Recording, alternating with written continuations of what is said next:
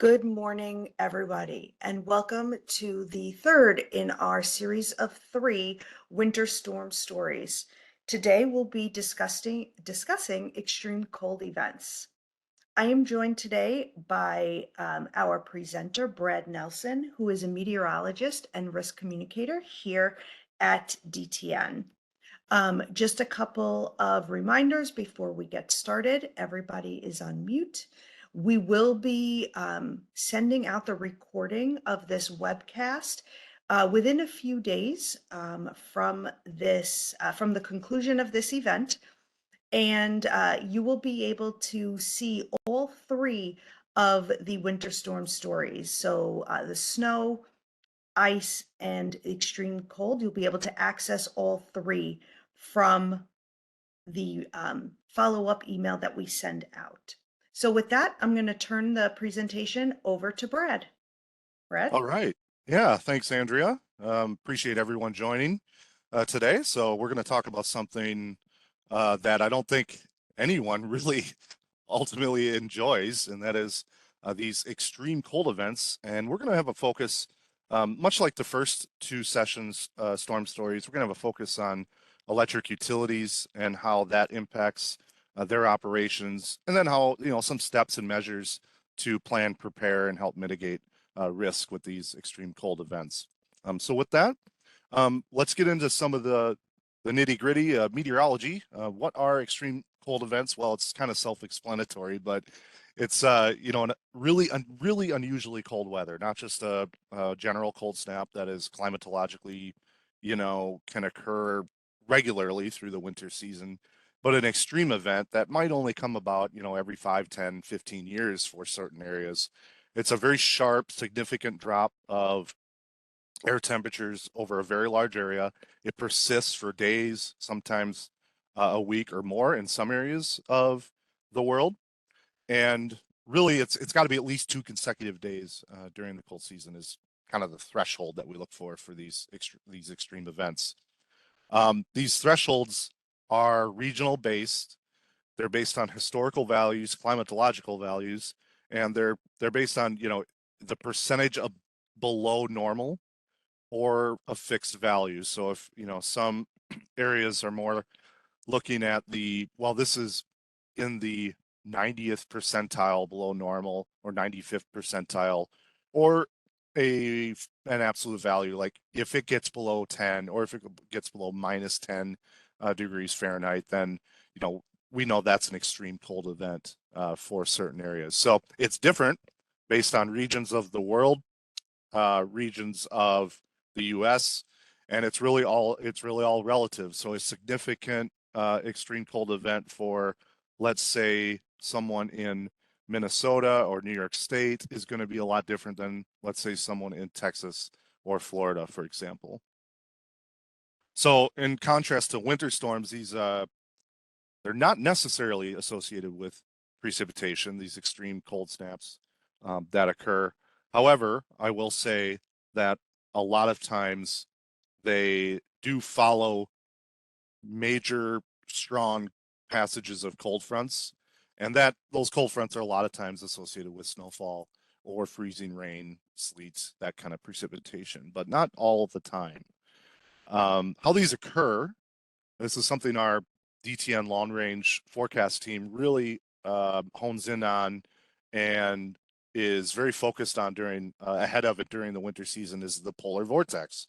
We've heard of this, phenomenon really of the atmospheric circulation near the North Pole. There's a band of strong jet stream winds around the polar vortex. Usually it behaves itself and stays up near the pole. But as it sometimes gets disrupted, the polar vortex can break apart, weaken, and lobes of this cold air break off, and they dive into the mid latitudes, and that's where we get these extreme cold events. And a lot of times we can look for this from a forecast standpoint by watching for sudden stratospheric warming events, and that's how we can kind of determine, okay, we're going to see a disruption in the polar vortex. Here is an example, just a visual of how this occurs. On the left, usually cold air contained up near the poles. Um, this is what we call a stable polar vortex. Everything's fine and dandy in the mid latitudes. We're not looking at, any big time cold moving south. As you get more, as it breaks apart, you get these waves, these big troughs and ridges that form. And this is significant because in the winter season, you can get these major cold events from the polar vortex breaking apart. And it's interesting, the longer that the polar vortex remains stable and closer to the poles, most often you get a buildup of cold. It gets colder and colder until it breaks apart. And then in this visualization on the right, you can see these waves of cold that, in this case, are breaking out and diving south into the United States. All right, so this is a story about an event that occurred that I think many people are still well versed in. Is the mid-February of 2021. It was called Winter Storm Uri at that time, but this was a very significant cold outbreak, one that areas of the United States have not seen in many, many, many years. It brought a wave of this polar vortex down, an incredibly strong cold front, and brought record low temperatures to a significant portion of the U.S., Canada, and parts of Mexico. I think the only area that really escaped significant cold was the West Coast. Record low temperatures, I mean, was the West Coast of the U.S. So as the polar vortex broke apart, cold air dove south, we had temperatures fall as much as 25 to 50 degrees below normal. And that was as far south as the Gulf Coast.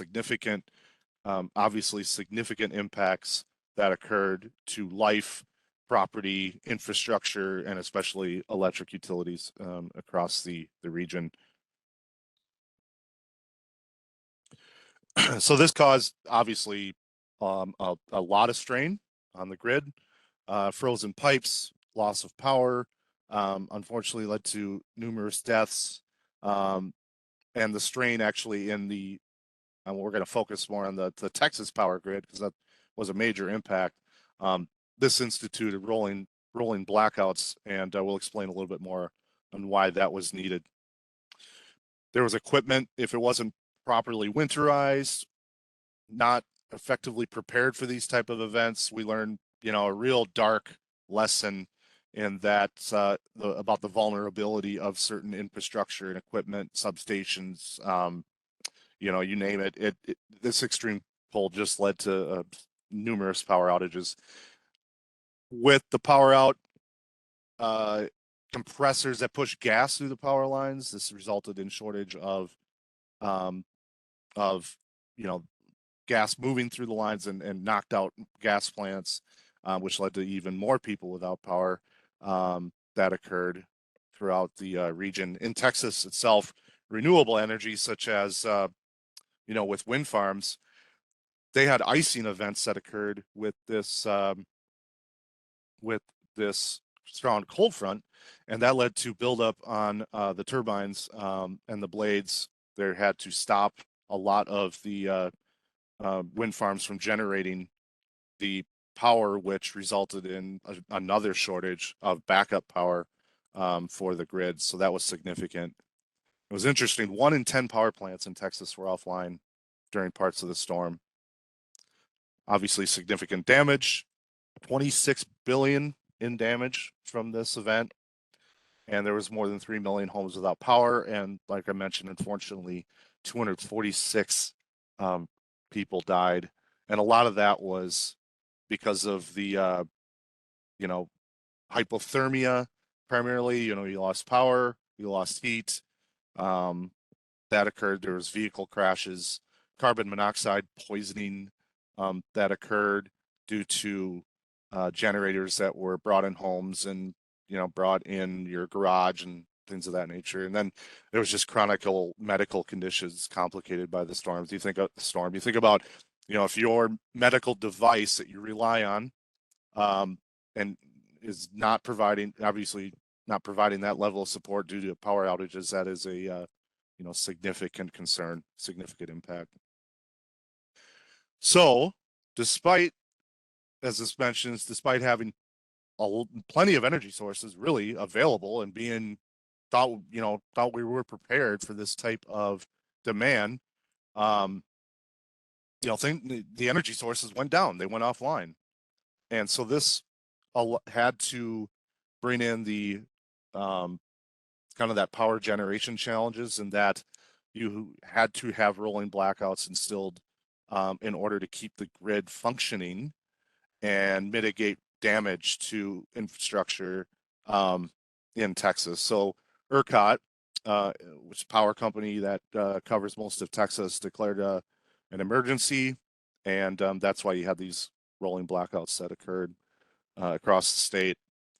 Um, this is a graph that shows what occurred through the event, and this was interesting. You got time here on the bottom.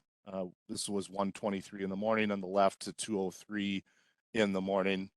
That occurred on the at the height of the cold and power loss across Texas. But it's interesting that the Texas power grid itself was about 4 minutes and 37 seconds away from total collapse. If they had not instilled rolling blackouts additional, um, they would have basically lost the entire grid, and restoring that power would have taken months, if not years, across certain areas of the state. So as power generation increased, you saw this dip in the power generation that occurred. This is your line, basically your threshold line here.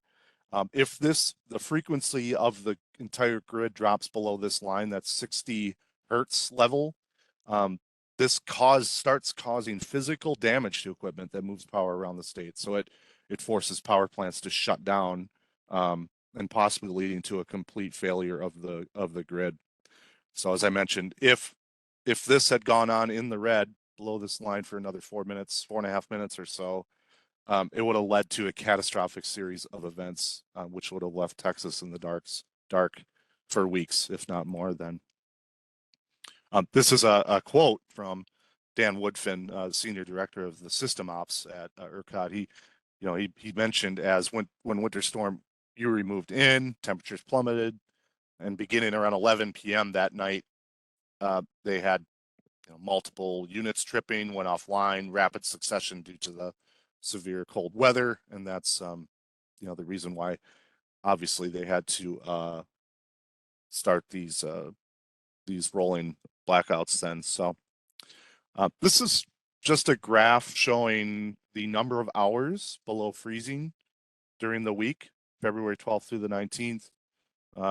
Goes from the white, which is 0 to 48 hours or so, up to as much as 168 hours. So imagining several days, up to a week, almost below freezing as you get into the southern plains of the U.S. The mid-southern Mississippi Delta areas over to the Tennessee Valley, even into the Northeast. These areas aren't used to being below freezing for this, significant amount of time then. And what this does for utilities, it's obviously a long duration increased demand for heating. There's power generation challenges. There's frozen equipment and infrastructure. There's transmission distribution issues, fuel supply challenges, and grid reliability concerns then. So this, not only that, but when you think about the safety of the restoration crews that were out there, that's another strong thing to consider when you want your people that are out there restoring power, bringing power back to the grid to be safe, and that you have to help prepare and plan, mitigate that risk as well. So it's mentioned here that the higher demand, generation of these extreme cold events, nearly 40% of Americans rely on electricity for their heating. So if that means if you get a large increase in load, people start utilizing more electricity, space heaters, things like that for to heat their homes and businesses, and then that adds even more demand to the grid. So really it's a multiplication effect of the effects of this cold. Um, and that's why it leads to obviously significant power outages. So when an outage occurs, I talked about restoring power. This to customers really has creates these large instantaneous demands. These devices really handling on a line, it overloads the line, causing equipment to trip, as I mentioned, and cause then significant more damage.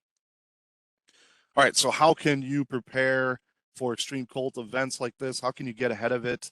Not only do we have expert, meteorologists at DTN that can look, weeks, days and weeks, and even month out for these extreme cold events, but we also have tools such as the storm risk dashboard that you're noticing on the screen here.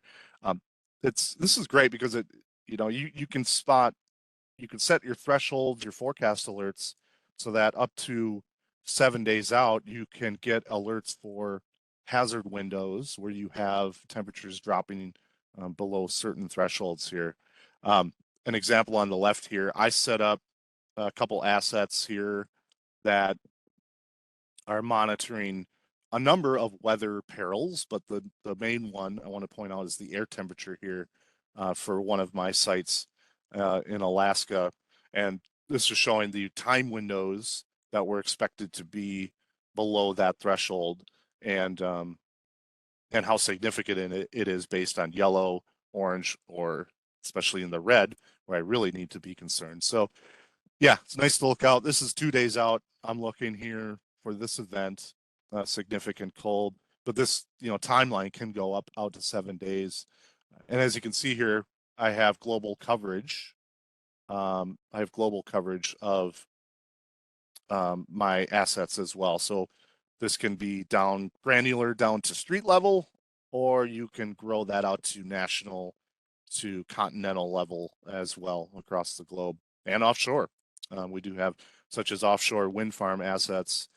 Those can be set, and the wind farms and your electric utility regions can be supported for alerting by points or lines. If you have generation lines, those can be set within the tool here, and then polygons too. So you can put an area around, your asset and then be alerted by your region as well. Here's an example. It's been really cold actually in Alaska this week, and see here overlaid my asset on the map with current temperatures, and then I have my observations on the bottom left, minus 10 degrees Fahrenheit at this point with a 16 mile per hour wind. So we're looking at almost a minus 35 wind chill here.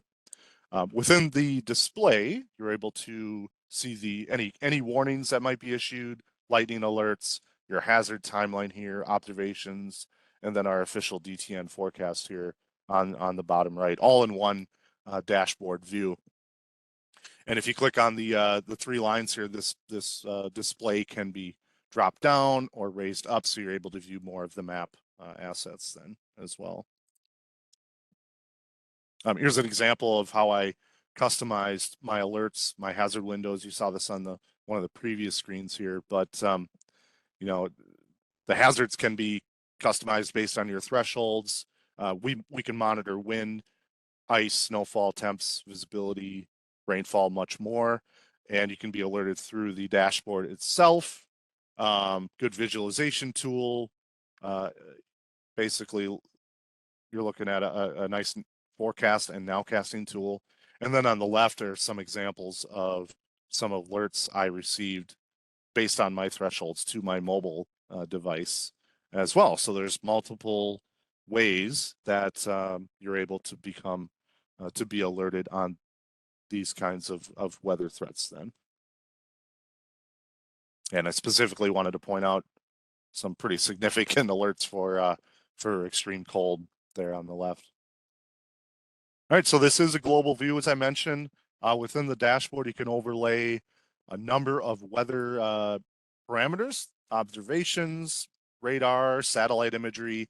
In this case, I have the layer of the DTN global temperature forecast on this display, and you can see areas in the forecast if you loop this, and you can actually see where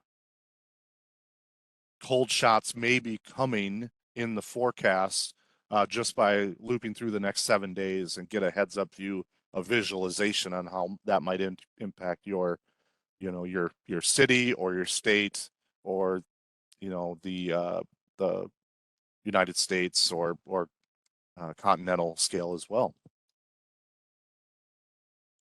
All right, so how can utilities help prepare and mitigate risk for extreme cold events? I would say that using outage prediction models such as DTN's storm risk analytics and storm impact analytics that can understand the magnitude of the outages. So we'll take your data and essentially overlay weather on top of that, and then we're able to actually show how many outages might occur and actual when that would occur.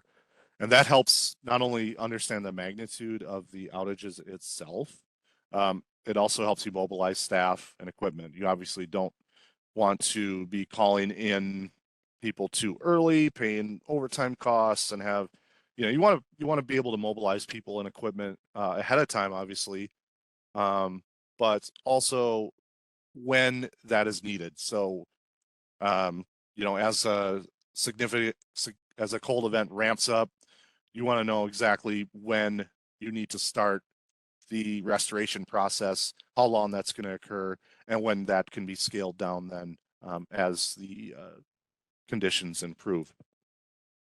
There's also grid resiliency investments, infrastructure, winterization of infrastructures, obviously really important. Critical infrastructure like power lines, transformers, substations, they need to be designed to withstand extreme cold. Insulation and heating elements that can be installed, that's a cost, but that helps prevent freezing and icing on essential equipment. Regular inspections and maintenance are obviously important to address potential vulnerabilities as well. And it's interesting, this line, rapid temperature changes like this can, freeze thaw cycles can really accelerate the wear and tear of equipment and materials. So that obviously is important to shore that up before each winter season and make sure that you're not, vulnerable for that. Circuit breaker insulators as well can be impacted, and then treatments on the roads with salt, brine, and other product can actually accelerate corrosion as well to infrastructure. Some other key strategies, best practices, I would say, are weather monitoring and forecasting is obviously extremely important. That's why what DTN specializes in, working with many electric utilities across the globe. Emergency response planning, fuel supply management is important. Grid resiliency, communication, coordination within your organization, within your company is obviously very important. Training, preparation exercises, and community outreach as well. Great. So with that, thank you for joining. I really appreciate it. If you have any questions, feel free to reach out, brad.nelson@dtn.com, or you can reach me on LinkedIn as well via that address there. And I wanted to mention again, that links to all 3 of these Winter Storm Series webcasts are going to be shared and posted online to watch at your leisure and shared. So feel free to do that as they become available. So thank you very much, and hope everyone has a great rest of their day. Thank you.